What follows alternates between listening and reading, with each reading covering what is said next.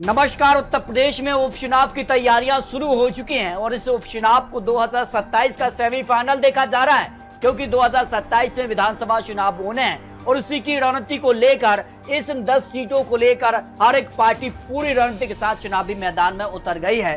तो 2027 का सेमीफाइनल इन 10 सीटों पर किसका पलड़ा भारी है, इसको लेकर महत्वपूर्ण आंकड़े सामने आ रहे हैं। अगर बात की जाए तो उपचुनाव को लेकर जो 10 सीटों पर उपचुनाव हो रहा है, इनमें से 3 भारतीय जनता पार्टी की खाली हो रही हैं, 5 समाजवादी पार्टी की, 1 निषाद पार्टी और 1 आरएलडी की यहां पर सीट खाली हो रही है। तो सीधी टक्कर भारतीय जनता पार्टी और समाजवादी पार्टी में देखने को मिलेगी, क्योंकि लोकसभा चुनाव के नतीजों ने हर किसी को चौंकाया है, क्योंकि उत्तर प्रदेश ही केंद्र को रास्ता जाता है। लेकिन उत्तर प्रदेश में इस बार भारतीय जनता पार्टी को बड़ा झटका रहा, जिसका कारण रहा कि भारतीय जनता पार्टी को अपने दम पर पूर्ण बहुमत नहीं मिला है। तो 10 सीटों को लेकर अग्नि परीक्षा की तरह इन सीटों को देखा जा रहा है। भारतीय जनता पार्टी की तरफ से भी बड़े बड़े ऐलान किए जा रहे हैं। जिन 10 सीटों पर उपचुनाव होना है, इसको लेकर नए आंकड़े सामने आ रहे हैं। तो खैर अलीगढ़ सीट को लेकर उपचुनाव होना है, मिल्कीपुर अयोध्या, कटहरी अंबेडकर नगर, मीरापुर मुजफ्फरनगर, शीशमऊ कानपुर, फूलपुर प्रयागराज, गाजियाबाद, मजाबा, मिर्जापुर, कुंदकी, मुरादाबाद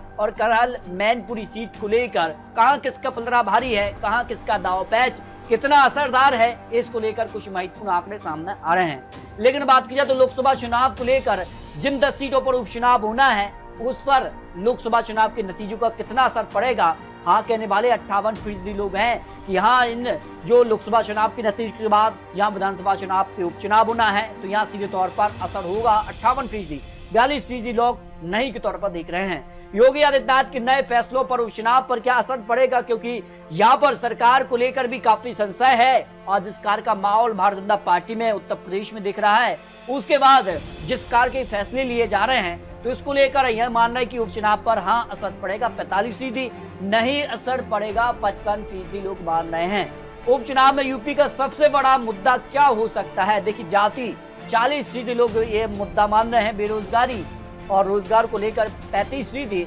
धर्म को लेकर भी 20% लोग और कोई मत नहीं, ऐसे 5% आ जाते हैं। जो जी न्यूज यहाँ पर ICPL का सर्वे का आंकड़ा सामने आ रहा है। इसके अलावा यूपी में जाति का मुद्दा धर्म पर भारी पड़ेगा। हाँ कहने वाले 55% हैं, नहीं कहने वाले 40% हैं, कोई मत नहीं, ऐसे 5% लोग आ जाते हैं। तो उपचुनाव में योगी आदित्यनाथ विशेष यहाँ पर समाजवादी पार्टी अखिलेश यादव के बीच कड़ी टक्कर देखने को मिलेगी और उपचुनाव के जो नतीजे हैं वो काफी चौंकाने वाले होंगे।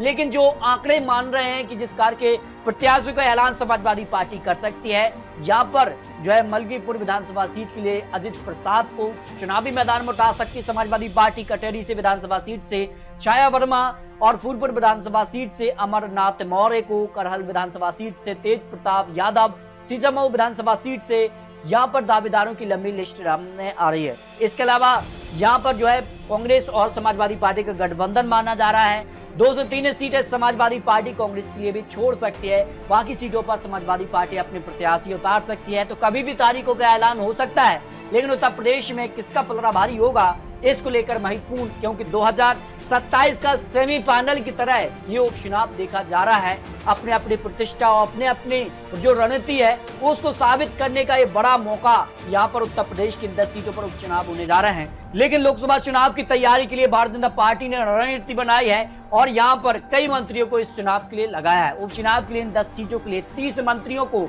चुनावी मैदान में प्रचार के लिए भारतीय जनता पार्टी ने उतार दिया है।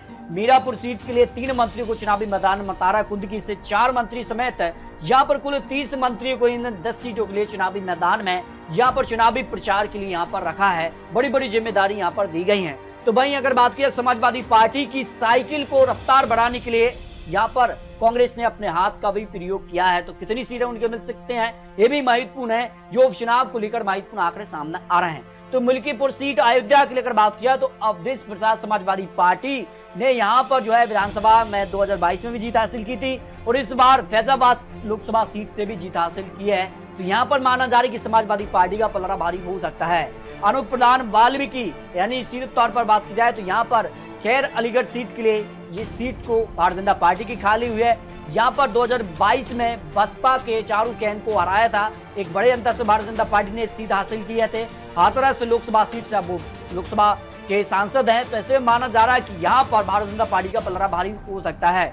फूलपुर सीट पर इस बार कड़ी टक्कर देखने को मिल सकती है। भारतीय जनता पार्टी की हालांकि सीट खाली हुई है, लेकिन समाजवादी पार्टी यहां पर कड़ी टक्कर दे सकती है, क्योंकि बात की जाए 2022 में समाजवादी पार्टी के मोहम्मद मुस्तफा सिद्दीकी को मात्र 2732 वोटों से ही यहां पर भारतीय जनता पार्टी उम्मीदवार ने जीत हासिल की थी, और लोकसभा चुनाव में भी मात्र 4332 वोटों का ही जीत के बीच अंतर रहा है। तो इससे में माना रहा है कि इस सीट पर उपचुनाव में समाजवादी पार्टी कड़ी टक्कर दे सकती है। मीरापुर सीट की अगर बात की जाए तो यहाँ पर चंदन चौहान आरएलडी की ये सीट खाली हुई है। हालांकि अब आरएलडी यहाँ पर एनडीए का हिस्सा है, लेकिन जिस कारण से यहाँ पर नेम प्लेट के मामले पर जिस कारण से आरएलडी अध्यक्ष ने बड़े बयानबाजी की है, उसके बाद क्या होगा, लेकिन माना जा रहा है कि यहाँ पर विधानसभा के उपचुनाव में समाजवादी पार्टी और आरएलडी के बीच यहाँ कड़ी टक्कर देखने को मिल सकती है। हालांकि अगर बात की जाए तो एक बड़े अंतर से यहाँ पर आरएलडी ने जीत विधानसभा में भी जीत हासिल की थी और लोकसभा चुनाव में भी जीत हासिल की है, तो यहाँ पर कड़ी टक्कर देखने को मिल सकती है। कुंद की सीट की बात की जाए तो यहाँ पर भी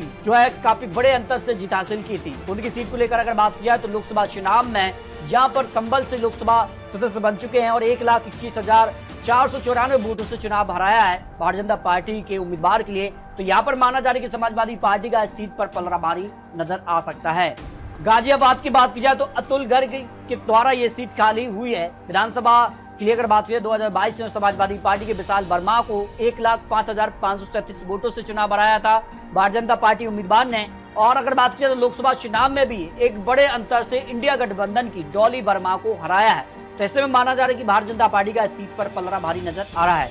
कराल सीट की अगर बात की जाए तो यहाँ पर समाजवादी पार्टी ने यहाँ पर 2022 में भी जीत हासिल की और 2024 लोकसभा चुनाव का 9 से अब यहाँ पर जो है अखिलेश यादव सांसद बने हैं। तो ऐसे में माना जा रहा है कि इससे सीट पर समाजवादी पार्टी का कब्जा हो सकता है। मजाबंद सीट की अगर बात की जाए तो विनोद कुमार बिंद है निषाद पार्टी की सीट खाली हुई है। हालांकि अगर बात की जाए तो यहाँ पर समाजवादी पार्टी के रोहित शुक्ला को उन्होंने विधानसभा चुनाव में हराया और टीएमसी के लतेश त्रिपाठी को भी यह लोकसभा चुनाव में हराया। तो सीधे तौर पर माना जा रहा है कि यहाँ पर जो है भारतीय जनता पार्टी की तरफ से निषाद पार्टी या चुनावी मैदान में होगी, उनके पक्ष में सीट जा सकती है। वही अगर बात किया है कटेरी सीट की तो यहाँ पर लालजी वर्मा समाजवादी पार्टी की सीट खाली हुई है। 2022 में निषाद पार्टी के यहाँ पर अवधेश कुमार को उन्होंने चुनाव हराया था और अब लोकसभा के लिए अगर बात की अम्बेडकर नगर से यहाँ पर जीते हैं। जैसे भारतीय जनता पार्टी के रितेश पांडे को 1,72,247 वोटों से चुनाव हराया है।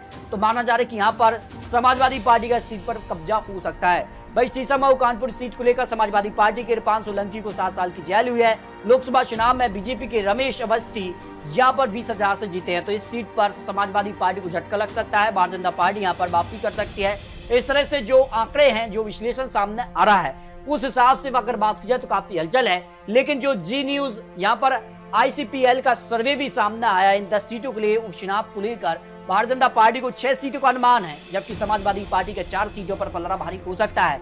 लेकिन माना जा रहा है कि इस उपचुनाव में कांटे की टक्कर देखने को मिल सकती है।